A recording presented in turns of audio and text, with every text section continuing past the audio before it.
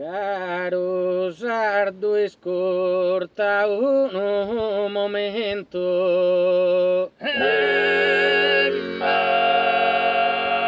Dai campos ti vaghimos invito. De bienes con ánimo contento, desolaros a su bellosito. No vi manques a costa avvenimento, a sas artes polir render merito.